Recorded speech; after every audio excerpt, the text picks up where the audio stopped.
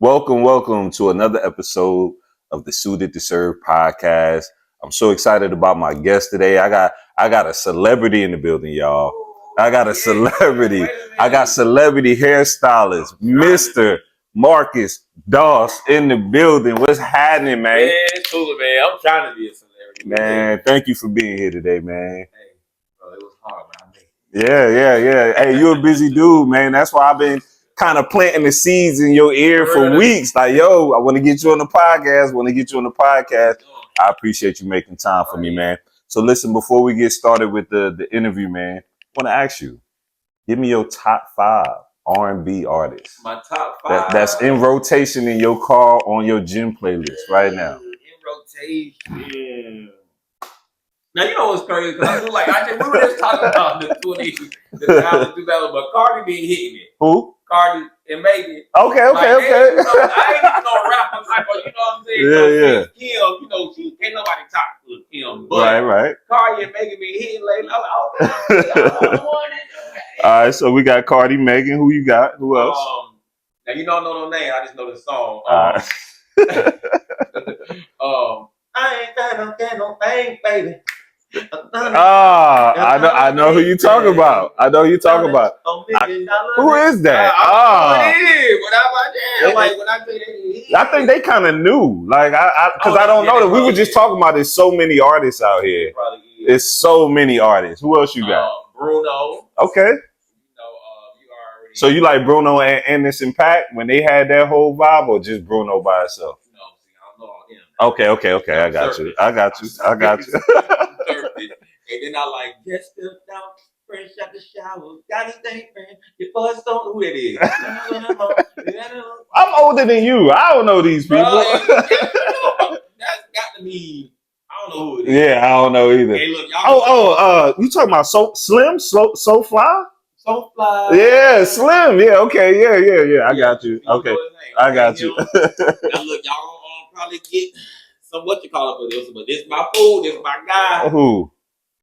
Kelly, stop playing. Oh yeah, come on. He nobody like. Come on. Now, blame them mamas for taking them daughters over there now, but look, his music is his music. Listen, I don't condone all the mess he into. Listen, if he did wrong, he deserves to whatever. Exactly. I'm not nobody's judge, but musically, bro, listen, he the GOAT. You can't take that. He the GOAT, man. Can't nobody touch Kells, man. But I mean, because it's like it's timeless. Bro. Yeah, it's like timeless. Like you can play that right now and still eat the barbecue up. Yeah, for sure. Well, let's get into it, man. Tell us about the Kings and Queens, the Last Cut tour. Bro, so what's that about, man? Paint a picture for the people. I know, right? So, Nicki Minaj hairstylist, who started her with all those iconic hairstyles, mm-hmm. That's who we partner with. Now he does Tamar Braxton, he does Remy Ma, he does he do everybody. Okay. So when he come through, he just styling their hair. So that's when he became a celebrity hairstylist. And so now he's doing a travel tour. So he's going 17 states doing this tour bus. They're gonna be on the tour bus. He put our pictures on side of the tour bus, and then once you go to each state, he comes and then he shows he does a cut party. So pretty much it'll be like a stylist from each city. We have a model. We come with the model, and then press play, and then we all start cutting. It's different segments, and we start cutting the model on stylist. So it's pretty much seeing a transformation done on stage. Sweet. And so it's 5 stylists. We have Charlie, we have Prince of Hair, we have Sonya, Terrell Allison, and okay, 5 people. Nice. You don't ever want to forget nobody. Yeah. So yeah, we're gonna do all of them, and then we are gonna have a model also, and then we have other stylists from the salons around. We're gonna promote them also, and then we're gonna have we're gonna honor salons that's been in the city, that's been moving the community, moving and shaking, so we're gonna have them honor. We're gonna honor the salons also. So that's like the old heads that paved the way for us. We're gonna honor them at the show. So it's pretty much a cut. So is it a competition or just a show? And that's crazy because we're going to do the show, but then we're going to have the other stylists that's competing to do a competition. Okay. So I think they're giving out away about $2,000 worth of cash prizes. So how did you even connect with Nicki Minaj's former stylist? That's why I called you celebrity, man. And you see why I said that? I mean, I've done a few celebrities. Yeah. You know what I'm saying? So you earned that title then. That's valid. Bro, networking. Yeah. Networking. For example, I go to Brown Brothers hair shows. He's always in the Brown Brothers hair shows. Okay, gotcha. And then I met him there. He followed me. He liked my style. We like our style. Like he have when he had the event come up that you just saw that we did in New Orleans. Mm-hmm. He was like, Marcus, I want you on the team. Mm-hmm.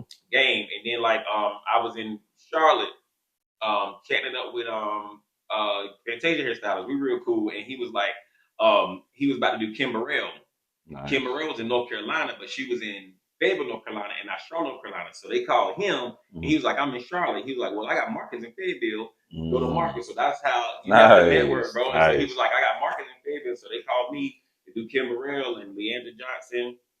And then once I did that for Carolina's Best, then that's when other people that come to the Crown, they start to know, oh, Marcus do the hair, the celebrity hair to come in. So that's when they started seeing them like that. Man, you know, that's one of the things that I admire about you, Mark, is, you know, I've seen you out over the years. I remember even going back to Wet Wednesdays with Rip and Chuck. Shout out to the guys. Yeah. You just have a natural gift for networking, bro. Like you work a room. Like you come in the room and everybody know you there. Bro. Talk to me about that, man. Where's that come from? That is so funny you say that. Let me tell you something, man. I'll be surprised at myself too. Oh, my man. No, you good. I'll be surprised at myself, man. I went to this millionaire's mansion. I remember you told me about that. Yeah. Bro, I was like, when I tell you, I'm pulled up into this, brought the ticket online. They didn't give us no info on how about because it was at their house. Okay. Their mansion. Mm-hmm. Brought the ticket for $125. I'm like, look, if it's $125, it's a scam. Mm-hmm. It's okay. It's invested in my career. Right. Man, when I tell you I pulled up, I was like, my name on the list. They was like, no. I was like, well, I got the ticket right here. They let me in it was a gated community. Mm-hmm. Went in, man. When I tell you I pulled up to this mansion, I was like, I had my little Honda. Mm-hmm. Bro, it was Rolls Royces, Maseratis. It was, it won't no Mercedes. Right. They won't even out there. Right. I parked so far down the street. You left early? You left before everybody left? Yeah. I parked down the street. No, I left after everybody left. Right. I parked down the street and then I was getting dressed in the car.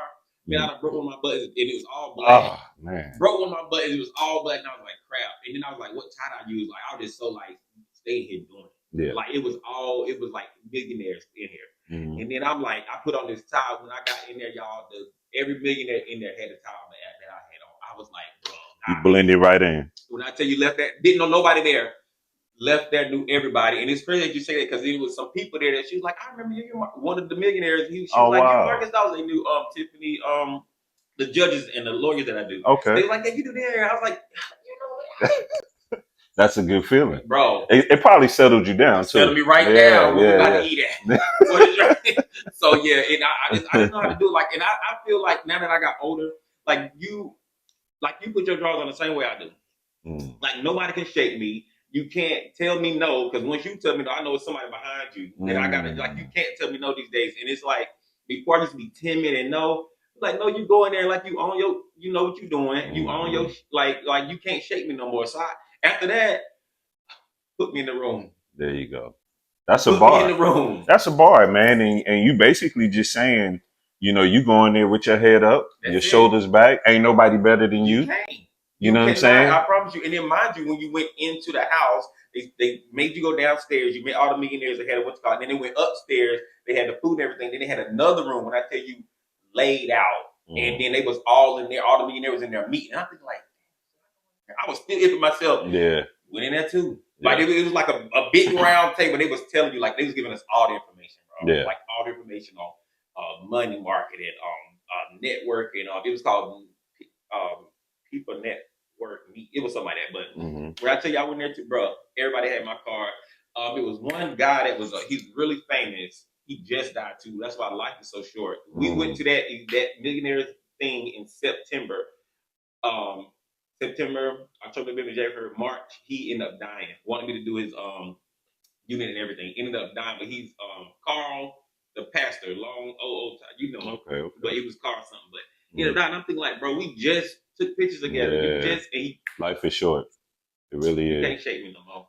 So the biggest thing that I pull from that is just be confident in who you are. That's it. Ain't nobody better than you. That's it. Do what you do, and then like when people like just like I would tell you how to introduce that, do that show, but when people have me to speak, I can only say what I know. Yeah. I can't even, I say what I know, and that's it. Yeah. So ain't nothing to be nervous about no more. For sure.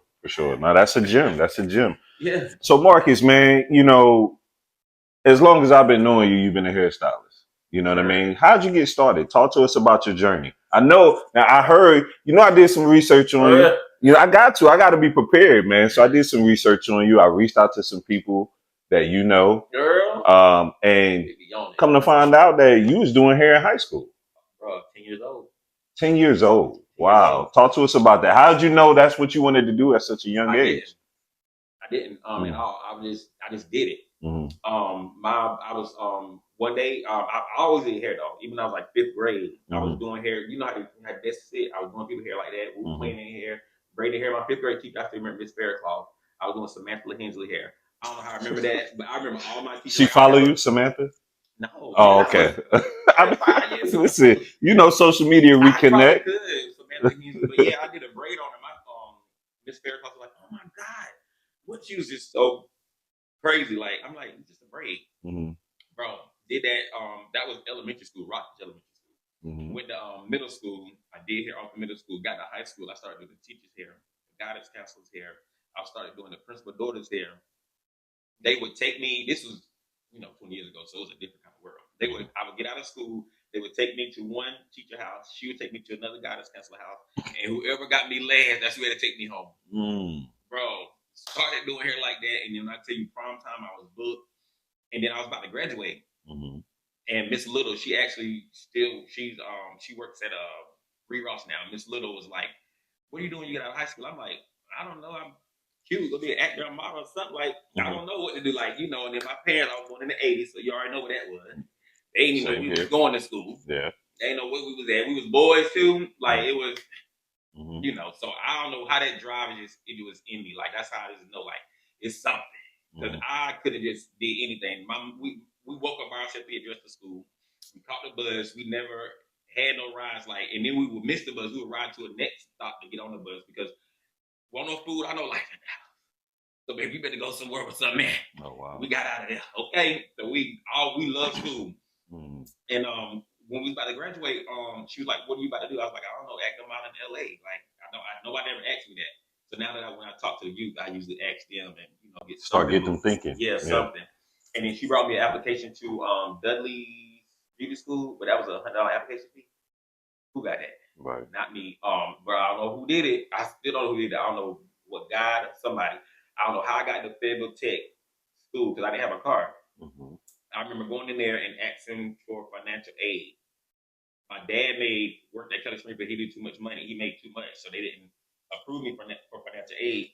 So he, I don't know. I remember going out, and then I walked into the financial aid department, and then I'm in the loan department. Took out a $2,000 loan. They approved me for it. I paid $1,500 for school. Took $500 for a raggedy car. It was raggedy. It was a Dodge Spirit. Got the car, and I remember doing hair on the side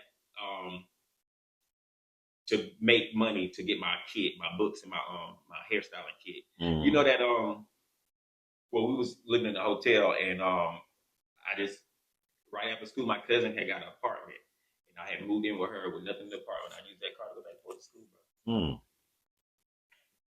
I don't know how. Like, and then it was just when I tell you it was fun. Like we just had fun. We wasn't even thinking about like I didn't know I had a store till I got older. Yeah. I thought everybody did it. Everybody lived this life. Right. Thinking like, and then you go to your friend's house, and you're like, oh, y'all got cable. I didn't see the Genuine Pony video until I got older. I didn't even know it had a video too. We had a radio. So yeah, it was crazy, but it made me who I am today. I would never change it. It made me who I am today, but it did make me appreciate a lot of stuff. Like you will, when you work for something, like when I tell you that car that I had that was raggedy, bro, I was taking everything to TLC. I had to sign a waiver because of the rust that was on it. Wow. If they messed it up doing the wash, They can't be responsible. But right? it was mine, and I kept it clean. Yeah. So, bro, I tell you, like, you have to get it from your like out in the mud. And I didn't know you now that I'm older. You have grants. You have people that help. I'm like, what was I like when I? Right. Well, right. I think that says a lot about our community. Period. Like, we didn't know about grants and different programs. You know what I mean? Our parents didn't pass that knowledge down to us. Even when I opened my first business, zero. Yeah. I died zero. I ain't have nothing. I put the first month down on the rent. I put the security deposit and went on a 7-day cruise. When I came back, I had a 1,700 square foot building, empty, sitting there. I brought a chair off of WhatsApp, somewhere, and I had a station in the back. And then I kept working, brought another station, kept working, brought another chair, working, saved up, brought it. Ended up after 10 years, I ended up having a full-fledged salon, but it was me buying. Yeah. Not knowing about no grants, no business loans, no anything, nothing. And if I was 27 when I opened my first business, so who they about to give $100,000 to 27? Right. So, but yeah, now, stop playing because I know you got it. Yeah. You just need to tell me how I need to get it. Yeah. You cannot, and that's how I got the grants for the city for my new salon. I ended up buying at 37. That is a number of completion. Yeah. Well, congratulations on that. Oh. Yeah, for sure, for sure. So you're gonna keep both, or you? No, I sold that. I sold that one. Oh, okay. I was in the Food Line Shopping Center. Okay. Now I'm in a standalone building where I brought my whole building. I brought my parking lot. The building I brought, my mom used to gamble our money in there. Wow. Kids, it was a bingo hall. Wow. That was a surreal moment for her. Yeah, I'm sure. It was a Caucasian-owned bingo hall, and I remember playing in there when I was about 10, 11 years old, playing ball and going there to get water and coffee. You know what I'm saying? While they really playing bingo. So. But yeah. And I ended up buying it. And now that I got this little taste of real estate. Yeah. So I know you mentioned your parents.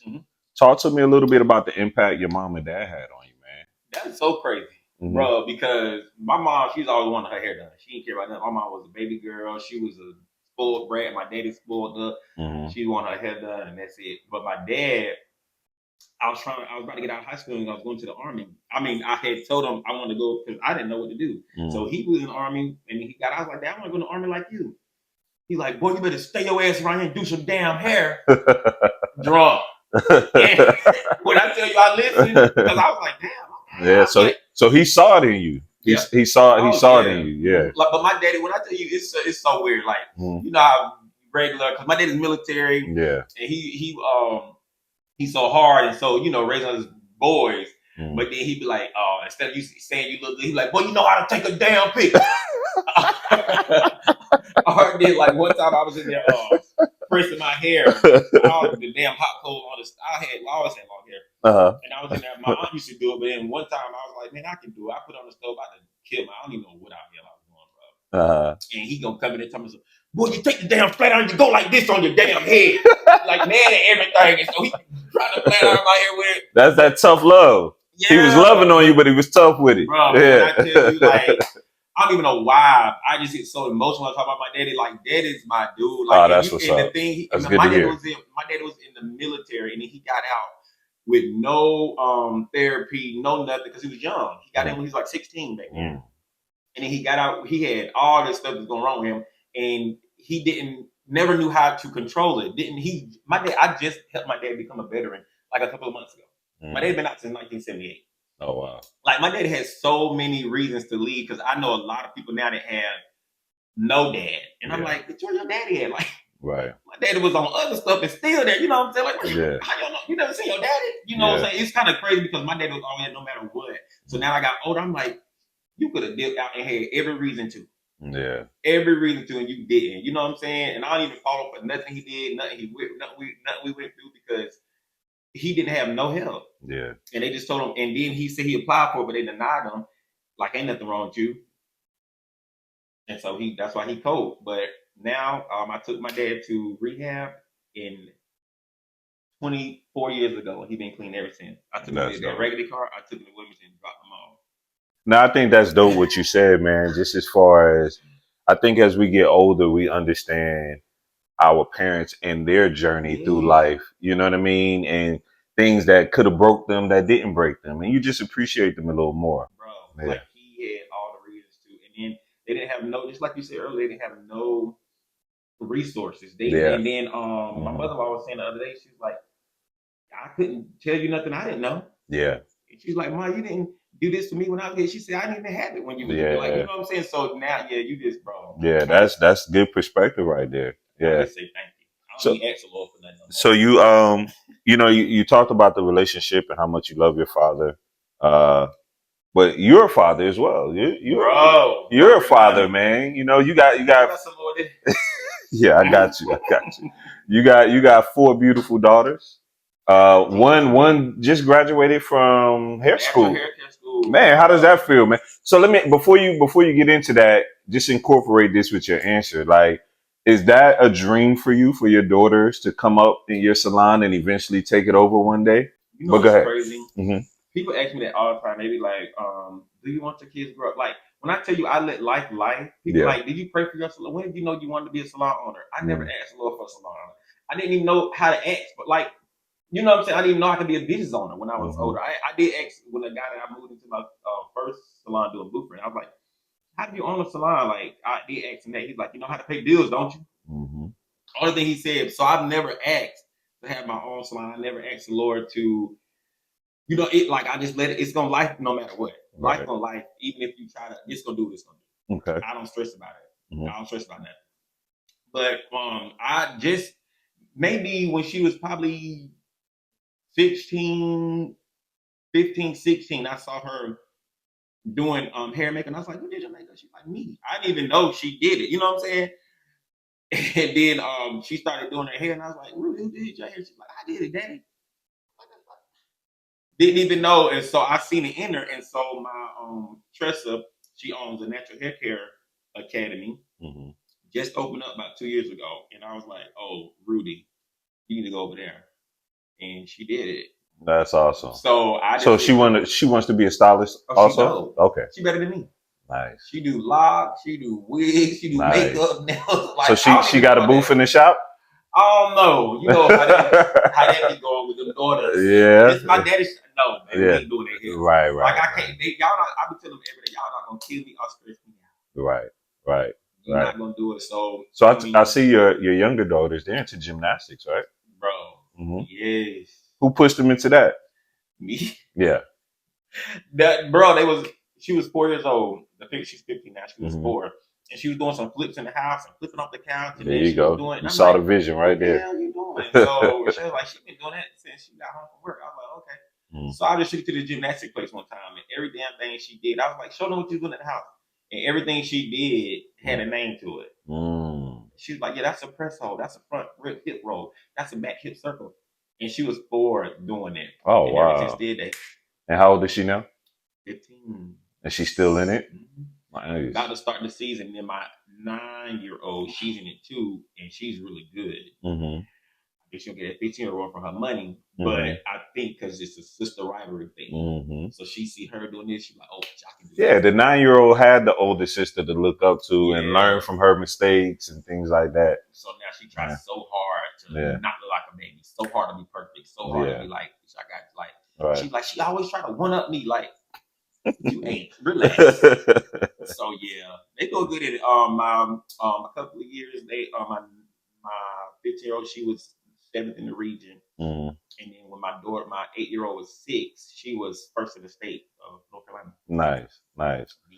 So, are your daughters your why?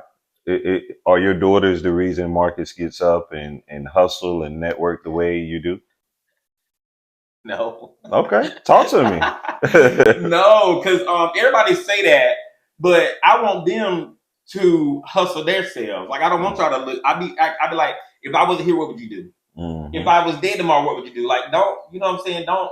I'm a hustle for me. You hustle for you because therefore can't nobody take it from you. So what if I was hustling for them to get my whole self to them, and then they end up doing something, and now they gone with their own husbands and lives, and now I'm back in the rest home. Like, no, I gotta do for me, just like y'all gotta do for y'all. So my daddy he didn't put that in us. Like I really not stress me out. I'm gonna help them as much as I can, but y'all have to pretend like if I wasn't here, what would you do? Because if I die tomorrow, you gonna die with me? For sure. So, I guess I meant in the aspect of not necessarily hustling for them, but just hustling to set an example of hard work and the results that come with it. Yeah. Well, when I first started, I was young. Okay. And then I never asked God for this salon. It just happened. So I told you I was living life day by day. I got you. I didn't know what I was doing. You know what I'm saying? And mind you, I did have them two already. And when I opened up first salon, I had my third one. And it was just me just living. And just when I put that money down in that building, I didn't know what I was doing. I came into an empty building. Never run a business before. Never got taught business. Never had a business in my family. Just figured it out. Figuring it out. So I didn't even know what I'm still like. I'm 40 and I'm learning now what the hell is going on with life still. Yeah. So it was never, let me hustle for this. It was like, okay, I need to live. Yeah. You know what I'm saying? Doubt, so it's different. I'm not a deep person. I'm surfing. That's why people be like, I can't believe they did me wrong. Well, why do you put them in a place where they can do you wrong? Like, you can't do me wrong because I don't even care. You know what I'm saying? Like, you can't. And it'd be so sad because, like, you can't affect me. You can't shake me. And I think a lot of people trying to shake me. Like, I never seen you mad before. You can't get me mad because you're the 3 F's. If you ain't feeding enough financing, you can't make me mad. Like, you can't shake me. Like, and a lot of people try to do it. Marcus, I never see you mad. So they be trying. But why would people want to see a person that they've never seen mad? Why would that be a goal to make you mad? That's so weird. A goal to make me mad, but they just try to just see me come out of character. I'm never out of character. Them the people you don't want to see out of character. Like, I wouldn't want to see you mad because you have such a bright energy that I could see it being real dark if things went left. So yeah, no, and I don't do it because I don't. And people I've known forever, like you said, you know me forever, and they say I've been the exact same. Bro. And I was like, I didn't know people change. But my daddy was the exact same way, you know what I'm saying? Yeah, he, fussing. We fussing every now and then, but I don't know, it's just been the same. But I don't know where I'm at. People like, I wish I can think like you, and I'd be like, that's why I don't know. I just don't know how. Because I talk to people now, I'm getting old, and they be like, I was depressed. I'm like, bitch, how you depressed? You living in? You got a house, a car, you got a job. Bitch, you ungrateful. That's the problem. You ungrateful and you spoiled. And you spoiled. And I be telling people all the time, like, stop asking God for everything. He done gave you enough to put. You need to say thank you because if he don't do nothing else, he's done enough. He's done a lot. That's a great perspective. You got everything and you still don't know how to act. Like, no, I don't know. I don't know how my brain is like, well, I wish I thought like you. Or I don't know what's going on. I don't know if this is the black sea oil I drink or something, but my brain, I can't. No. And then somebody said the other day, depression could be different ways, and you could be like buying clothes. I'm like, you're not about to put it on me because I like fashion. Don't do that. You're diagnosing me. So me too. I'm depressed then too, because I promise. But you can't make me do something. I don't know. You can't put me in these places. Like, I already know, but I don't even know how to explain it. Nah, I think a lot of the perspectives you have are dope, Marcus. I'm glad we sat down today because a lot of your views are very refreshing. Because it's just like you ride your own wave, and I really admire people that are in their own lane that really don't care about what people say about them, and they kind of move to the beat of their own drum. Yeah, high blood pressure. That's real talk. You can't stress me. I promise you, because I don't care. Yeah, that's where it comes from. You can't do it, and I'm sorry that I don't care, but I'm not sorry. Yeah. So you mentioned fashion, man. I'm glad you brought that up because that was one of the things I wanted to talk to you about. That's one of my favorite things, and you are definitely one of the most fashionable people in the city. Let me go ahead and tell you that now. You go ahead and scan the fit. He got the boots that match the shirt. You got the zebra stripe. You know what I'm saying? You definitely one of the most fast. Every time I see you, man, your look. The best way I could describe your look is so fitting for you. You know what I mean? Yeah, like, can't nobody else pull off a lot of the looks that you pull off, and you pull them off and make them look fly. Like, I see you in certain things, I'll be like, man, I like that, but I can't pull that off. I know my lane. You know what I'm saying? Yeah. So talk to me about fashion, man. What's your perspective on fashion? What excites you about it? Just talk to me a little bit about, Bro, I'm not a deep person. Yeah. So I was looking, my mom used to dress me and my brother like, because he was 2 years apart. And she would dress us alike. And I just like, man, I just want to be myself. So I would kind of alter my pants or my shirt or pop my collar. His was just to look different. And it just took from there. So everybody wanted J's. I was like, you know what? I seen this barber wearing Durangos. Let me give me some Durango boots. Everybody in school started wearing Durango boots. The hood started wearing Durango boots. I was wearing it with shorts too. Because I'm like, okay, now they wearing it with pants. Let me wear it with shorts. You just wanted to be different. You wanted to be stylish. Yeah. That's it. And then there was this one dude that was copying the boots I had, and then my homegirls like, oh, that's Marcus False, and Marcus Dawson. So I just always wanted to be different. So every time everybody did this, I would do the exact opposite, and I think it did maybe, and I did, and it came from my mom dressing me and my brother like. Yeah. So everybody wanted Jordans. I was like, I want Jordans. I mean, which I kind of stayed in the fashion thing, and everybody wanted the skinny jeans. I wore the wide leg. You know what I'm saying? I just always did the exact opposite. And that's why. Listen, man, when we was at the 100 Men in Black, remember that? And you came in and you complimented my fit. I'm like, I'm good. I can go home. I'm good. Marcus think I'm fly. I'm out. I'm good. I came and did what I had to do. And then I had gotten to, I don't know where I saw satin there. But when everybody was like, oh my God, you were satin. Yeah, I love satin, man. But it's like really comfortable. It's like a jogging suit. It's like soft, you know what I'm saying? It's very comfortable. And I just took it on and I started getting the other color. And it's like I wear it to work. It feels like pajamas. So. Yeah, and it's very fashionable. It stands out. Yeah. You don't see a lot of men wearing satin shirts or satin outfits, period. Yeah. So yeah, absolutely. I'm with you, man. Like I'm big on, I want to be different when I come in the room. You know what I'm saying? Like I want to be different. I want to have on something that sets me apart a little bit from everybody else. Not that I think I'm better or anything, but I just don't want to look like everybody. In the world, you can be anything. Be yourself, man. Be yourself. Talk to me a little bit about the missus, man. Does the Marcus Dawes brand function at 100% without her? I've heard you talk about her before. That's why I brought this up. That's the reason why I'm here. Yeah. Okay. Give her flowers right now, man. Talk about it, man. Yeah, the thing is, everybody thinking I'm serious, but she don't fool me like that. I'm way over the top, and she an introvert. Okay. And so we met when we was out clubbing in the streets, and drinking and stuff. And she stopped drinking, had kids, so she back to herself. She's a Virgo. Y'all know how that goes. Same here. But yeah, she stayed to herself. She don't like people. She be fine by herself. And I'm like, girl, her mama, her best friend, but. Whatever. She got one that's not here, so that's what she was gonna wear. But yeah, she does all the bookkeeping. She's HR, that's what I call HR. She does my PO, my purchase order. She does my invoices. She does payroll. She does everything behind the scenes. That's dope. Some of the people that work at this, I haven't met. That's dope. So yeah, but yeah, she came in and she's very smart. She works at a brain. So when she does like numbers, she's very good with numbers. She got a master's in healthcare administration. She got a bachelor's in biology, and her brain works. So she may not be physically tired. And that's how you got to learn people. She's mentally tired. And me, I don't work with my brain. Maybe I work with the hands and my, what I'm saying? So your energy is still rapping, still pro. Like you came in here loud, you came in here turned up, you got the kids wild.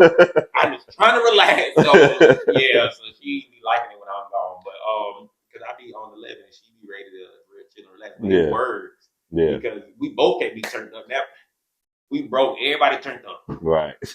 There got to be a balance. Yeah. There's a balance. When I tell you, Saber Diamond, when I got my first salon, you remember the first salon I had? Yeah. I put her on payroll, and when I brought my new building, she had the money that I was paying her on her check. She had saved every check and had the money for me to renovate the building. And I'm thinking she was spending it like, what? She is a great saver. Like, if you want $100, she'd be like, you need to save $2.75 a day for free. She had it mapped out. She bomb.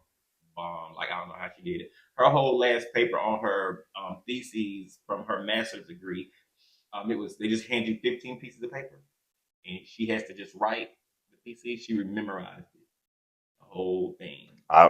Bruh. Do me a favor. Say the part again where you said she was on your payroll, because that's going to be a real. So say that part again. She was on your payroll and she saved it. Yeah, she was on my payroll at my old salon, and every time I paid her every 2 weeks, she saved every check because she's taken care of. She, She didn't have to pay no bills, but she saved every check. I didn't know. Because she's still living, and so we don't Walmart, our favorite store, whatever. But she saved every check, and so when I went to go renovate it, I'm like, oh, I gotta get a loan, I gotta find some this. She came with a checkbook. What you need? She did it mostly, but I was like, but she had all the money to do most of the renovations and for the salon. Man, that's beautiful, man. Oh yeah, that's a good one. I love when I have men on here that speak highly of their wives, man. And I think people need to hear that. Oh yeah, you know what I mean. How long y'all been married? Man, we've been together 21 years, married for 14. Oh, so she was with you through the grind. Oh yeah, When before I had any salon, we was kids. When I was boofing. That's what's up, man. But shout out to Mrs. Doss, man. Like, what an incredible person, bro. I've never met her, but just from this, yeah. We have pictures B-roll later. Nah, no doubt. Yeah, send them to me. She's so sweet. She just she's not a people person, so she always offer me people. I mean, she's a regular. She just don't. I don't know. She's an extrovert. Yeah, I mean introvert. Excuse me, introvert. Yeah. She's like, hey, how you doing? And then she's like, okay. She ready to wrap it up, man. Like she'd be like, this lady sometimes I mean, she's want to talk forever and ever, and I'm like, what else you want me to say to you? I didn't know what to say to her, but yeah. She but me, oh yeah. She in the corner. Yeah. So one of the things another thing that I admire about you, Marcus, is your consistency in the gym. I remember one day I'm in the gym and I've been going, we both go to Worlds. Yeah. Shout out to Worlds Gym. Shout out to Brian. We both go to Worlds. I've been there since 2008. And one day I'm working out. Yeah, I've been there for a minute. I'm working out and I'm like, is that Marcus? Bro. And then, I come over, speak to you. Then I saw you the next day. Then I saw you. And I've been seeing you. You've been strong now. Yeah. Your physique looks great, man. You've definitely improved. I've seen the difference in your physique. I know my man Anthony is your training partner. I know he want to take a lot of credit for it. Yeah. But talk to me about your fitness journey, man. Over COVID. Bro, when I tell you COVID, not everybody had bad stuff with COVID, but it was the best thing ever happened to me. Because mind you, y'all know I'm in 27 salon working, 37 new business working, flipping. That was my first time actually relaxing and sitting back and sit your ass down somewhere. That was my first time my whole career that I was told to sit down and didn't have nothing to do. I learned my worth because I charged double for house calls and I was booked still over COVID. I said, so I am worth this much. So y'all gonna pay this book. I never, no bills went without COVID, no car note, no house note, no salon bills, everything was nothing. Still the same over COVID. And now I learned my work and then I was like, well, I ain't nothing else to do. So I was like, let's start working out. And then, what was that, 4 or 5 years ago? I just never stopped. And then consistent, bro. And I was You've been consistent, man. I was getting older too, and I was like, I might as well, you know what I'm saying? But yeah, I just never stopped. So it was during COVID. I was like, okay, let's go. And then I just made myself get up. And then one day I was on my phone for like 3 hours. I could have been doing something. Yeah. Let me get up. So that I make myself get up. Man, but so many people didn't have that revelation during, COVID time. They're like, let me get active. Let me get in the gym. You gotta think about it. Yeah. We came from nothing. Yeah. So you put me right back in my era. Like I came from zero. So when you put that to sit down and gave me $1,200, oh y'all super stupid. Government, y'all super stupid. Stop playing me. Let me pack up. Let me go ahead because they was shutting some people businesses down. They was taking their keys. They was popping up, making sure they weren't working. You gonna give me $1,200 and then tell me not to work? Okay. All right. I'll shut it. I had people coming with getting dropped off at an Uber. Uber leave them, so like one car is out there. We ain't hit click like you can't stop me. I promise you can't stop me. I go pick them up and then drop them off. Like locked all the doors because you can't take my keys. My business is stay along good. Like I came from zero. So hustling was my thing. Like, and I knew I had it in my hands. So you can't take these. You take these keys all day. So yeah, I ain't starting that.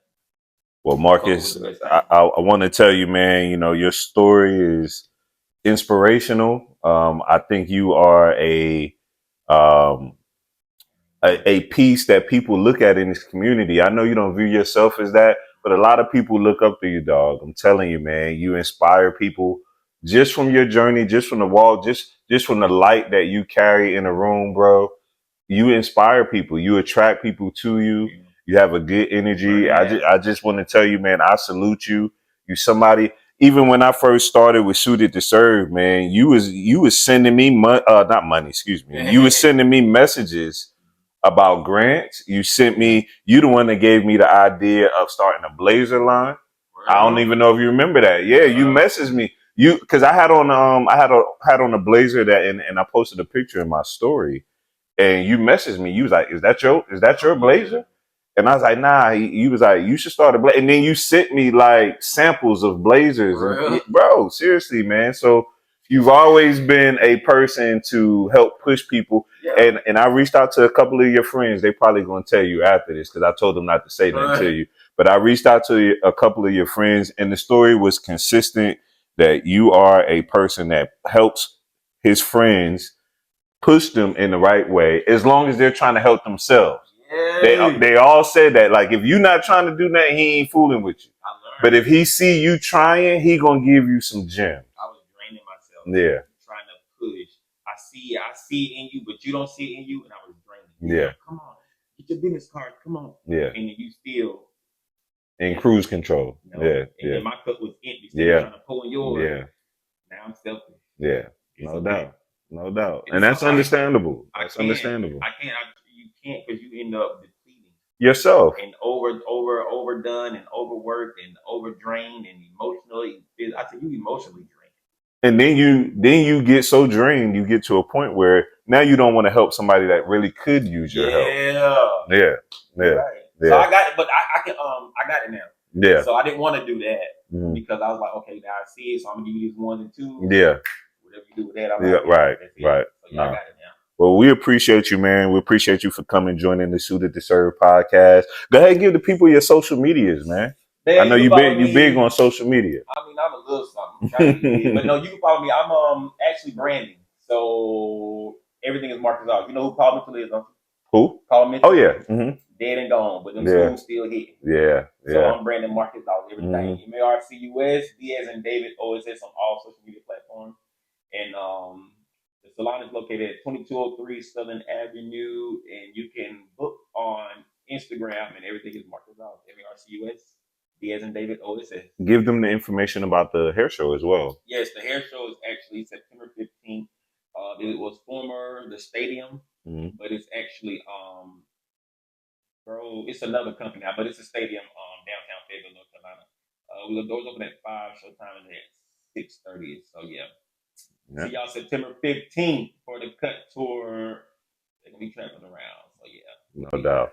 Thank you, Marcus Doss. I appreciate you, man. Yes, sir. Appreciate you viewing this episode of the Suited to Serve podcast. Stay tuned for the next one. Damn.